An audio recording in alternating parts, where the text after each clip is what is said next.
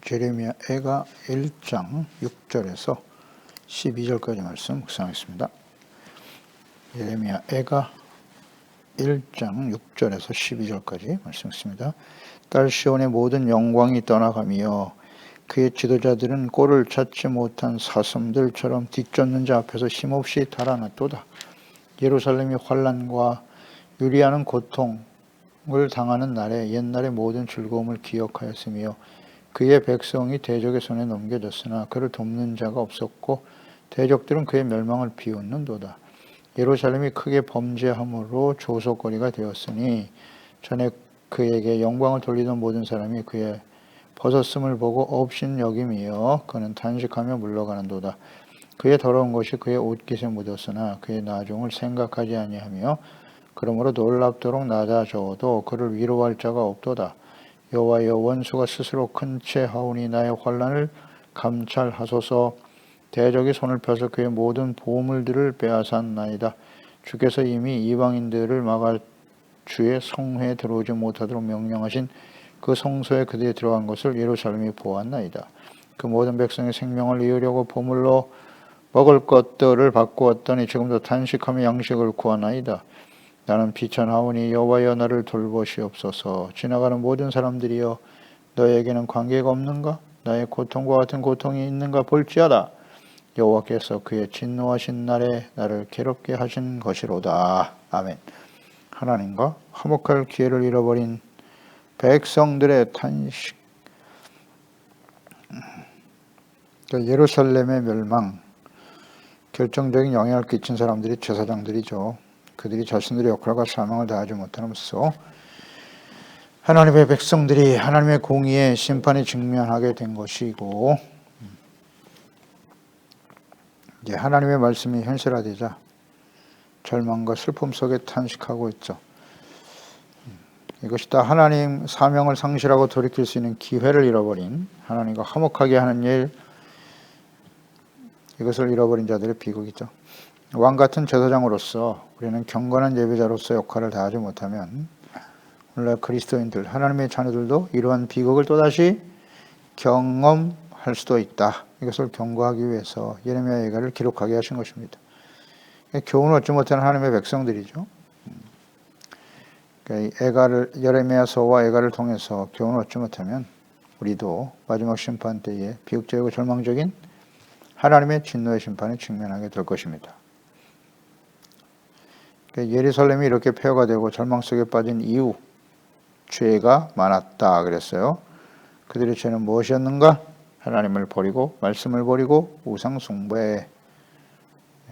우상숭배입니다. 교만, 완악함, 무지는 우상숭배로 이어지죠.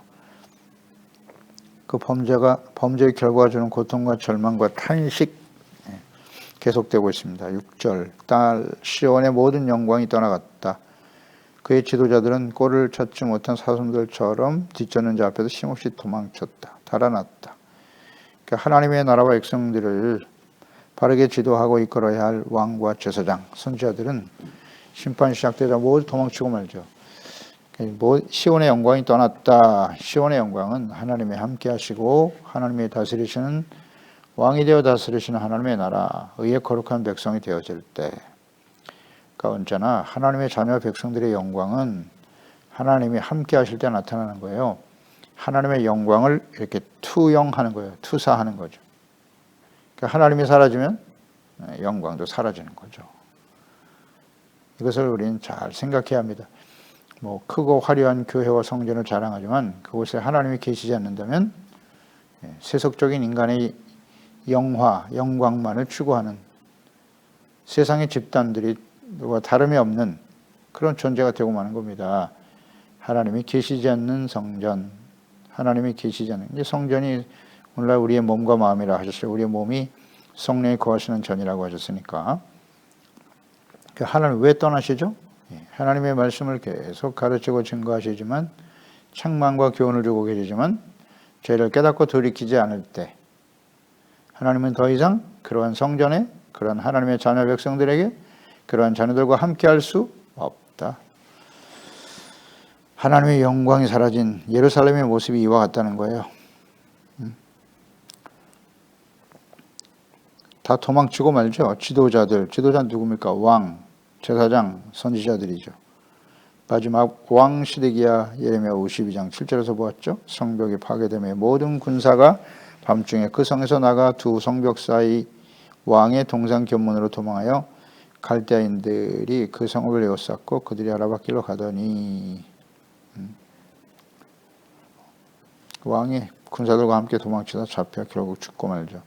그러니까 하나님과 그분의 말씀을 멸시하고 하나님의 이름을 들먹이면서 거짓을 전했던 선지자들, 자신의 욕망을 위해 거짓을 믿고 의지했던 어리석은 왕들, 패역한 제사장들, 심판이 시작되자 어떻게 됐다? 모두 도망치고 말았죠. 이것은 마치 예수님께서 십자가에 못 박혀 죽으시기 위해서 고난의 길을 가실 때 모두 도망쳤던 제자들의 모습과 같죠. 각기 하나님의 이름을 부르고 예수 그리스도 주는 그리스도 살아계신 하나님이십니다. 나는 결코 죽을지언정 주님을 떠나지 않겠습니다라고 외치지만 정작 자신에게 불이익이 다가오거나 생명의 위협을 느끼면 다 도망치는 거죠. 그러니까 자신의 욕망을 따라 자신의 소원을 이루기 위해서 예수님을 따르고 하나님을 섬기려고 하는 사람들, 환난과 시련이 다가오면 도망친다. 그래서 환난과 시련을 당해봐야 하는 거예요. 그게 진짜 믿음이에요. 그 가운데서도 나는 지금 죽어도 하나님 앞에 영광스러운 모습으로 부활할 것이다. 이걸 정말 믿나? 영원한 생명, 영원한 하나님의 나라를 믿고 있는가? 당장 눈앞에 보이는 고통 때문에, 불이익 때문에 하나님을 부인하고 그리스도를 부인하고 말씀을 저버리는 사람들은 아닌가? 도망치잖아요. 그러니까 이 믿음은 진정한 믿음이 아니다. 그들이 아무리 하나님의 이름을 들면서 외치지만 그들은 다 거짓 선지자들일 뿐이에요. 그런 걸 우리는 생각하게 돼요.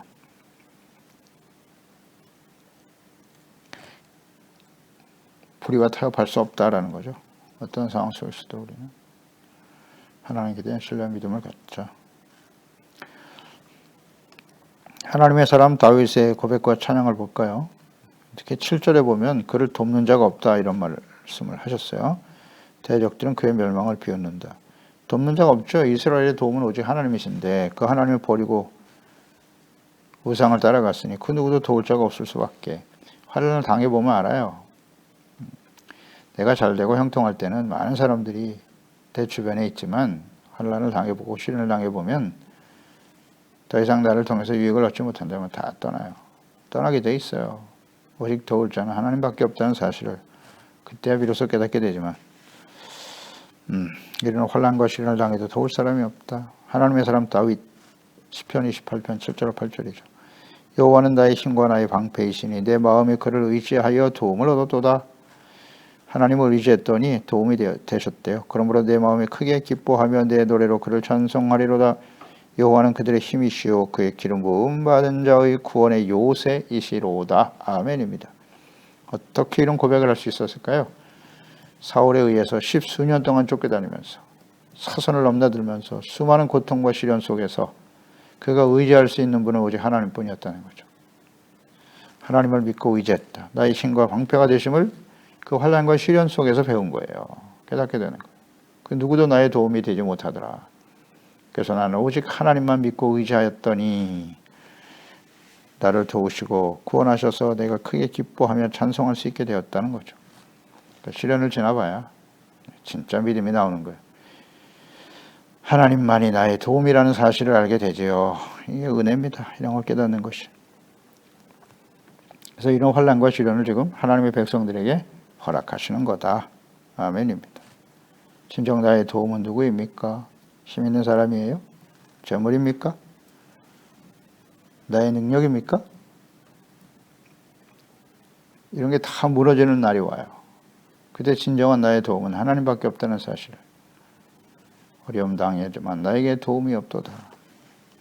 아주 소중한 깨달음입니다. 이스라엘 백성들이 바벨론에서 끌려가 포로 생활, 70년간 포로 생활을 마치고 돌아올 때 지은 시편이라고 알려지는 것이 146편이에요. 시편 146편. 1절 5절에 할렐루야 내 영혼아 여호와를 찬양하라. 나의 생전에 여호와를 찬양하며 내 평생에 내 하나님을 찬송하리로다. 귀인들을 의지하지 말며 도울 힘이 없는 인생도 의지하지 말지니 그의 호흡이 끊어지면 흙으로 돌아가서 그날에 그의 생각이 소멸하리로다. 야곱의 하나님을 자기의 도움으로 삼으며 여호와 자기 하나님에게 자기의 소망을 두는 자는 복이 있도다. 아멘입니다. 우리가 잘 아는 말씀이죠. 이런 환난과 시련을 지나보니까 이런 고백을 할 수 있게 되는 거예요. 사람을 믿고 의지하였더니 그 호흡이 끊어지면 흙으로 돌아가는 어찌 그 허망한 사람들을 의지하겠는가. 야곱의 하나님을 자기의 도움으로 삼는 사람이 복이 있도다. 아멘. 할렐루야. 진정 하나님이 나의 도움이신가요? 그러니까 도움이신 하나님을 버린 백성들의 비극이 이와 같다는 거예요. 8절로 9절로 이어지죠. 그에게 영광을 돌리던 모든 사람들이 그의 벗었음을 보고 업신여겼다. 탄식하며 물러가는도다. 그의 더러운 것이 그 옷깃에 묻어 있으나 그의 나중을 생각하지 않았다. 죄악으로 더럽혀졌으나 그 결과가 어떠할 것인가에 대해서 전혀 생각하지 못하고 당장 눈앞에 보이는 이익만을 추구하며 살더라는 거죠. 불의와 타협해서라도 지금 당장 잘 먹고 잘 사는 것이 중요하지 그 죄에 대한 하나님의 공의 심판, 나중을 생각하지 않았다는 거예요. 이게 비극의 원인이에요. 이유입니다. 또 벗었음을 보고 업신여겼다. 모든 사람들이 이스라엘 하나님이 함께 하시는 하나님, 그 하나님으로 인해서 하나님이신 은혜와 복을 누리며 많은 사람들이 영광을 돌리게 되었는데 이제는 그의 벗었음을 보았다. 이 벗었음이 중요하네요. 이 벗었다는 건 무슨 뜻이에요? 죄로 인해서 벌거벗은 백성들이 되었다는 거죠. 벌거벗은 수치를 모른다는 것은 죄를 범하면서도 그게 죄라는 사실을 모른다는 거예요. 모른다는 거예요. 이 벗었음의 의미가 그런 거잖아요. 옷깃에 더러운 것이 묻었다. 죄악 가운데 살면서도 그게 부끄러운 줄을 모른다는 거죠. 이 벗었음의 의미죠. 그래서 이러한 시련과 고통이 그들에게 다가왔다는 거죠. 마지막 심판에 참여하는 사람들의 모습 바로 이와 같다. 이 벗었음, 이것이 이제 마지막 심판이 임박한 시대의 교회들에게 주셨던 예수님의 말씀과 연결이 되잖아요. 요한계시록 3장 15절 18절 라오디게아 교회죠. 마지막 심판이 임박한 시대의 교회의 모습이란 말이에요. 내가 너의 행위를 아노니 내가 차지도 아니하고 뜨겁지도 아니하노라. 내가 차든지 뜨겁든지 하기를 원하노라. 내가 이같이 미지근하여 뜨겁지도 아니하고 차지도 아니하니 내 입에서 너를 토하여 버리리라. 내가 말하기를 나는 부자라 부요하며 부족한 것이 없다 하나 내 곤고한 것과 가련한 것과 가난한 것과 눈먼 것과 벌거벗은 것을 알지 못하는도다. 마지막 때의 교회 크고 화려하고 부와 권력의 중심에 있고 말이죠. 그런데 실제로는 눈이 멀었다. 가련하고 곤고하고 벌거벗은 것을 모르고 있다는 거예요. 벌거벗은 죄를 범하면서 불의를 행하면서도 그것이 부끄러운 줄을 모른다. 오늘날 교회 목사와 재직들 그리스도인들이 온 세상에 말이죠.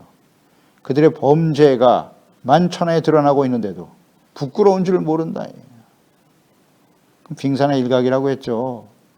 빙산의 일각이 나타났을 뿐이고 그 밑에는 더 심각한 문제들이 잔존하고 있음에도 불구하고 부끄러운 줄을 모르더라. 그게 당연한 줄 알아요. 엉뚱한 데 신경을 쓰고 있어 지금. 하나님 앞에서 말씀 앞에서 우리의 죄와 허물을 깨닫고 돌이킬 생각은 하지 않냐고. 안타까운 일이죠. 이게 마지막 교회 라오디게아 교회의 모습이에요. 모습입니다. 형식적인 외식하는 신앙으로 흘러가 버리고 점점 바리새인이 되어버리는 거예요. 예배 행위, 기도 행위 자체가 의라고 여기고 말이죠. 아주 교만하죠. 그리고 자신들이 행하는 모든 일은 다 진리고 올바로 정의고 세상 사람들이 봐도 다 보이는 것을 자신들만 모르고 있다. 얼마나 이기적이고 편협하고 외식하는 자요. 악을 행하면서도 분별력도 없어. 심각한 죄에 대해서 아주 둔감해. 참 부끄러운 모습이죠. 이렇게 벌거벗은 것을 알지 못하느냐? 그래서 뭐라고 하셨어요? 내가 너를 권하노니 내게서 불로 연단한 금을 사서 부요하게 하고 흰 옷을 사서 입어 벌거벗은 수치를 보이지 않게 하라. 흰 옷, 의와 거룩함의 회복이잖아요. 여기에 힘을 써야지. 지금 어디 힘쓰고 있습니까? 하나님의 자녀 백성, 이 마지막 때를 살아가는 그리스도인들이, 하나님의 자녀들이 힘써야 될 것은 뭐예요? 자신들의 벌거벗은 수치를 가리는 일에 힘써야지. 의와 거룩함을 회복하고 어디에 힘을 쓰고 있어요? 잘 생각해 보세요. 지금 우리의 관심은 어디에 있습니까? 이 시대의 교회와 그리스도인들의 관심은 어디에 있습니까? 하나님 아실 거 아니에요. 하나님과 말씀 앞에서 우리의 드러난 그 수치와 죄악된 모습을 부끄러워하고 흰옷을 사서 입어야죠. 안약을 사서 눈을 발라 보게 하라. 눈이 멀었다. 보질 못해요. 청결한 마음을 청결하게 해야죠. 온유하고 겸손한 마음으로 회복하고 빛된 삶을 회복해야죠. 어디에 힘을 쓰고 있는 거예요 도대체? 어쩔 수 없어요. 마지막 때 심판 임박한 교회는 그렇게 흘러갈 수밖에 없을 거예요. 그래서 하나님이 성령이 교회들에게 하시는 말씀을 들으라고 외치고 계시잖아요. 회개하라! 이기는 자가 되라. 남을 정죄하고 비판하는 일 앞장서지 말고 교회와 그리스도인들이 자신의 죄를 깨닫고 회개하고 돌이키는 일에 힘써야지. 그렇게 하고 있나요? 자신들은 다 완벽한 의인인 거야 그냥. 그리고 사람들을 세상을 정죄하고 비판하고 물론 잘못된 것은 책망하고 바로 잡아야 하죠. 그렇지만 지금 시급한 문제는 이 마지막 때의 시급한 문제는 예수님께서 교회들을 향해서 외치고 계시잖아요. 왜 이 말씀의 뜻을 모릅니까? 교회와 하나님의 자녀들이 정신을 차려야 돼요. 지금은 세상을 변화시켜야 된다고 돌아다니지 말고 헛된 일이잖아요. 이거는요. 하나님만이 하실 수 있어요. 어떤 사람들을 통해서 하나님의 말씀을 따라 순종하는 의의 거룩한 하나님의 자녀 백성들을 통해서 교회와 그리스도인들이 부패하고 왕같은 제사장으로서 역할을 다하지 못하는데 이 세상에 진정 하나님의 나라가 임할 수 있을까요? 하하, 이거 참 간단한 진리를 모르죠. 그들은 놀랍도록 낮아져도 그들을 위로할 자가 없도다 그랬죠. 위로할 자가 없다. 그러니까 환난으로 낮아졌죠. 수치와 고통을 당하지만 아무도 위로해 줄 사람이 없다는 거예요. 위로해 줄 사람이 없다. 위로자는 오직 누구시다? 하나님 뿐이시다. 그러면 하나님의 자녀와 백성들이 어떻게 하나님께 위로를 받을 수 있을까요? 예, 마태복음 5장 4절 애통하는 자는 복이 있나니 그들이 위로를 받을 것이미요. 아멘입니다. 애통하는 자는 어떤 사람? 심령이 가난하여 하나님 앞에 겸손하고 겸손이란 무엇이다? 하나님 앞에 자신의 실체, 죄악된 모습을 인정하고 회개하고 돌이키는 거죠. 애통하는 자, 눈물로 회개하고 돌이키는 사람이잖아요. 자신의 죄를 바라보고 정말 눈물을 흘릴 수 있는 사람, 이런 사람들에게 하나님이 위로라고 하는 건 함께 하신다는 거예요. 하나님이 함께 하시고 눈물을 씻어주시고 그럴 때 하나님이 우리의 위로자가 되신다. 하나님은 통회하는 자와 함께 하신다고 말씀하시지 않습니까? 진실한 죄로 인해서 애통하며 눈물을 흘릴 수 있는 사람과 함께 하실 때 위로가 찾아오는 겁니다. 그분이 위로자가 되시는 거예요. 세상에 자신이 원하는 욕망과 뜻이 이루어지지 않음으로써 사람들에게 무시와 멸시를 당함으로 흘리는 눈물 의미 없음. 또 보혜사 성령이 위로자가 되시잖아요. 보혜사 위로 콘솔라도르 위로자가 된다는 뜻이에요. 상담도 해주시고 위로도 해주시고 도움이 되시는 분이 바로 성령이시죠. 예수 그리스도가 첫 번째 보혜사이시고 죄를 용서해 주심으로써 우리와 함께 하시며 우리의 위로자가 되시죠. 이제 예수께서 십자가를 통해 구원을 완성하시고 부활 승천하신 이후에 보혜사 성령을 보내주셔서 우리의 심령 속에 임하시면서 우리의 위로자가 되어 주시더라. 우리의 위로자는 하나님밖에 없어요. 예수 그리스도 성령만이 우리의 위로자이십니다. 그렇게 여기고 있나요? 죄를 행하고 불의를 행하면서도 세상에서 많은 사람들이 나에게 위로자가 되어줄 것이다. 그러지 말고요. 하나님 앞에 나가면 돼요. 무릎 꿇고 겸손한 자세로 말씀 앞에서 자기 자신을 인정하고 돌이켜야죠. 10절에 보면 대적이 손을 펴서 그의 모든 보물을 빼앗아갔다 그랬어요. 성전에서 들어오지 못하도록 했는데 그 성소에 이방인들이 들어가서 성전의 모든 보물을 빼앗아갔다. 성소의 모든 보물을 빼앗겼다.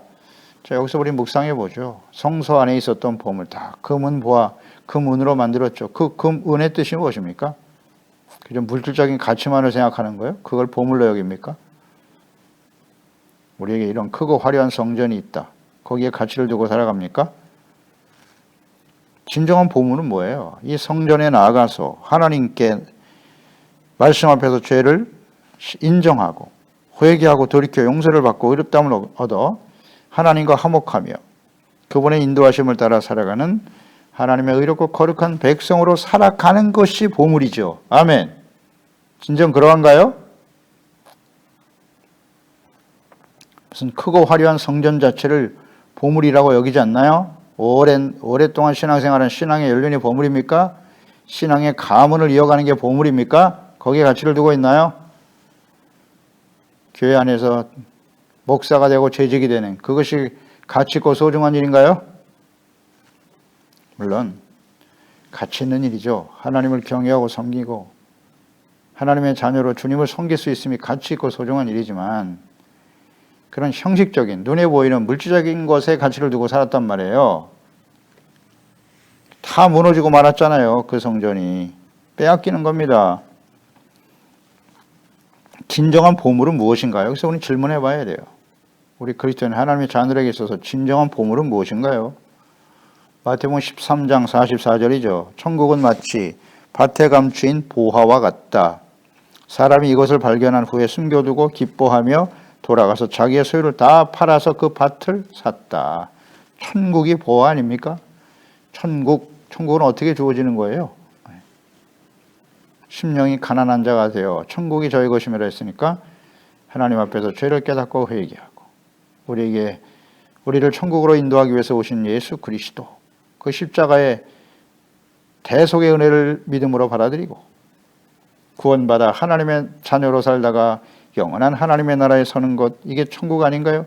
이것이 세상 그 어떤 것보다도 가치 있다는 거 아니에요? 보화라. 그래서 자기의 모든 소유를 다 팔아서 밭을 사는 겁니다. 이 세상에 그 어떤 것보다도 가치 있는 일이라는 거예요. 무엇이? 천국, 하나님이 다스리시는 하나님의 나라, 의의 거룩한 백성이 되어 살아가는 일, 이게 최고의 가치로 여기고 있나요? 마태복음 19장 21절에 예수께서 이르시되 내가 온전하고자 할진대 내가 가서 내 소유를 팔아 가난한 자에게 주라. 그리하면 하늘에서 보화가 내게 있으리라. 그리고 와서 나를 따르라 하시니. 젊은 부자 청년관원이 예수님께 나와서 영생에 대해서 물었잖아요. 어떻게 하면 영생을 얻을 수 있습니까? 자신만만하게 찾아왔죠. 율법을 다 지켰니? 5계명에서 10계명을 물으셨죠. 이웃사랑에 대한 계명. 그건 제가 어렸을 때부터 다 지켰는데요. 그건 너에게 부족한 것이 하나 있는데 네 많은 재산을 팔아 가난한 자에게 나눠주고 나를 따라오너라. 그리하면 하늘에서 보화가 내게 있으리라. 이 보화는 무엇입니까? 영생에 대해서 물었잖아요. 그러니까 예수 그리스도를 믿고 구원받아 의롭다함을 얻고 하나님의 자녀, 영원한 생명에 들어가는 것이 보화다. 아멘입니다. 생명보다 소중한 것이 어디 있습니까? 이 세상에. 자기의 목숨과 이 세상 무엇과 바꾸겠느냐. 육체의 생명을 위해서도 아낌없이 재물을 드릴 수 있으면서 말이죠. 그것도 못하는 사람도 많지만 영원한 생명이잖아요. 예수 그리스도 안에 있는 영원한 생명을 얻는 일, 이게 가치 있고 소중한 일 아닌가요? 이게 정말 보화라는 사실을 우리는 믿고 살고 있나요? 이 보화는 어디 안에 있어요? 골로새 2장 2절로 3절이죠. 이는 그들로 마음의 위안을 받고 사랑 안에서 연합하신 확실한 이해의 모든 풍성함과 하나님의 비밀인 그리스도를 깨닫게 하려 함이니 그 안에는 지혜와 지식의 모든 보화가 감추어져 있느니라. 아멘. 어디에? 예수 그리스도 안에. 예수 그리스도 안에. 그게 하나님의 비밀이랍니다. 그리스도.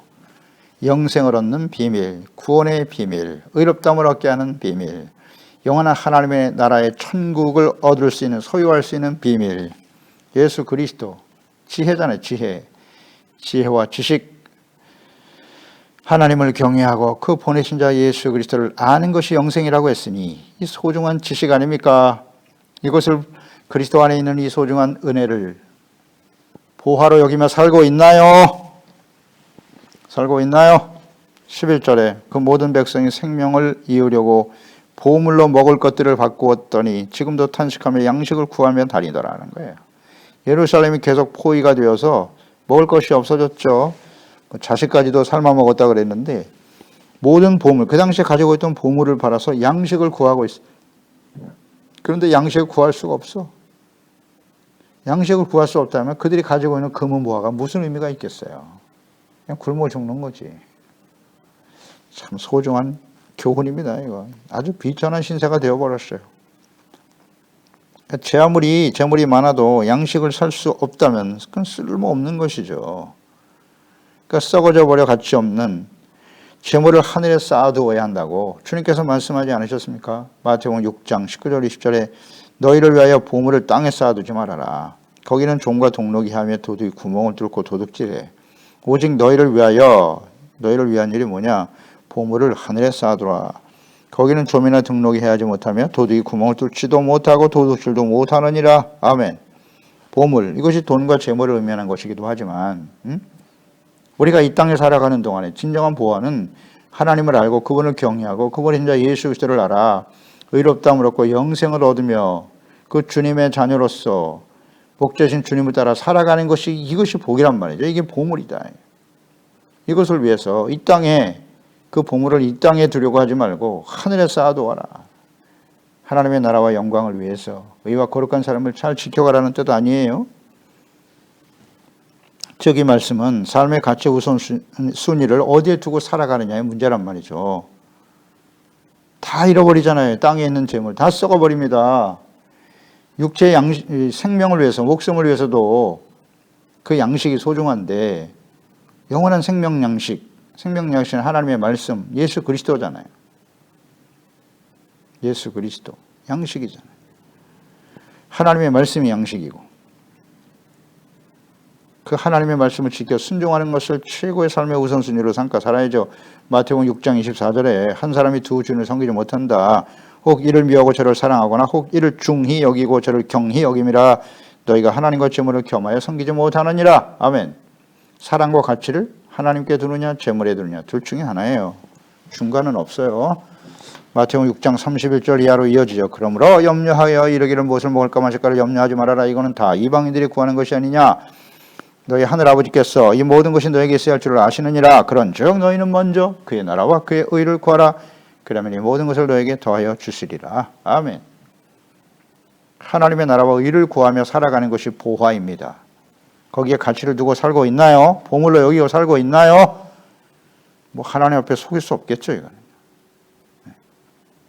고린도후서 4장 6절로 10절로 연결됩니다. 어두운 데 빛이 빛이라 말씀하셨던 그 하나님께서 예수 그리스도의 얼굴에 있는 하나님의 영광을 아는 빛을 우리의 마음에 비추어 주셨도다. 할렐루야. 우리가 이 보배를 질그릇에 가졌다. 빛이신 예수 그리스도가 우리 가운데 비추어 우리 마음속에 있어도 더러운 죄악된 어둠을 드러내게 하시고 깨닫고 회개하고 용서받아 생명의 빛으로 찾아오셨다는 거잖아요. 이것이 보배라는 거죠.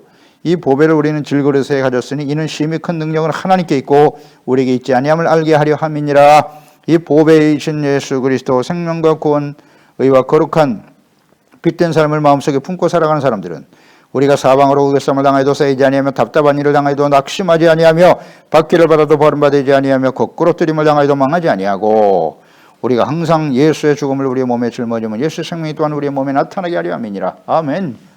이 보배가 되신 예수 그리스도 안에서 주신 영원한 생명을 얻은 사람들은 비록 우리가 이 땅에 살아가면서 사방에 우겨쌈을 당하고 답답hin을 만나고 박해를 받아도 거꾸로 뜨림을 당하여도 절대 망하지 않습니다. 두려워하지 않아요. 아멘. 그런데 하나님을 잃어버리니 예수 그리스도를 잃어버리니까 의의 거룩한 삶을 잃어버리니 어떻게 되는 거예요? 이런 시련, 사방에 둘러싸이는 이런 답답한 고통과 시련이 다가올 때 낙심할 수밖에 없죠. 쓰러집니다. 넘어지게 돼 있어요. 두려워 떨게 되는 거죠. 12절에 지나가는 모든 사람들이여 너에게는 관계가 없는가? 중요한 말씀하셨네. 나의 고통과 같은 고통이 있는가 볼지어다. 아멘. 지나가는 모든 사람들 누구예요? 지나가는 사람들. 주변에 있는 예루살렘의 멸망을 바라보는 주변에 있는 먼저는 하나님의 백성들이죠. 하나님의 백성, 살아남은 하나님의 백성들 혹은 주변의 모든 사람들에게 외치고 있는 거예요. 자, 예루살렘 하나님의 자녀 백성들이 이렇게 멸망해 가는 것이 너에게는 관계가 없느냐?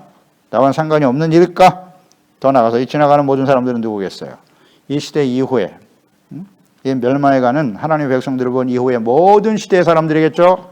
과거에 있었던 이 일을 말씀을 통해 접하는 모든 사람들, 지나가는 사람들 아니겠어요?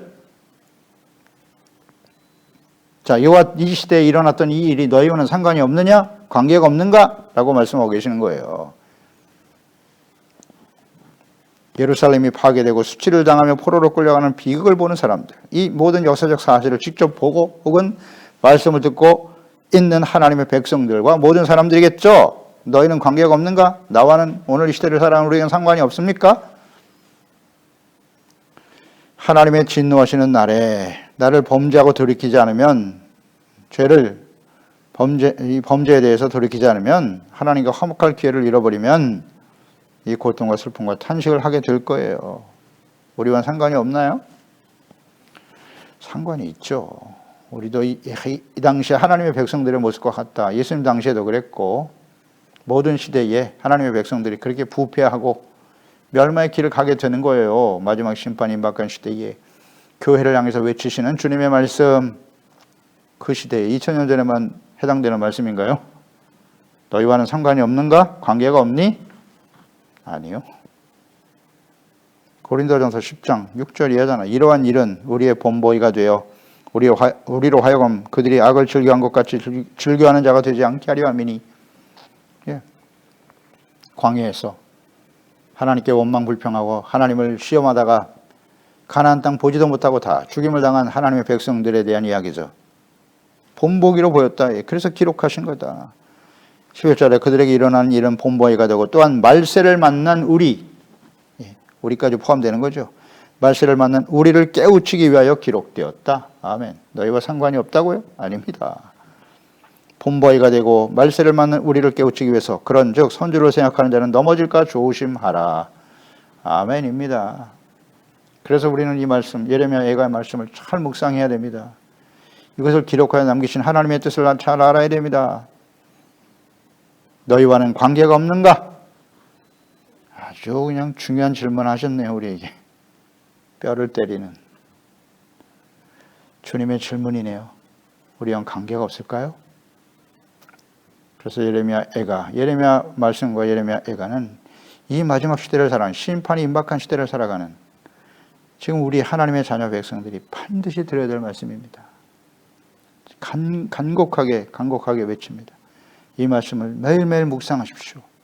그리고 말씀 앞에 드러나는 우리의 모습, 넘어질까 조심하고 예수 믿고 구원받았다고 해서 완전한 자가 된 게 아니에요. 거짓에 속으면 안 돼요.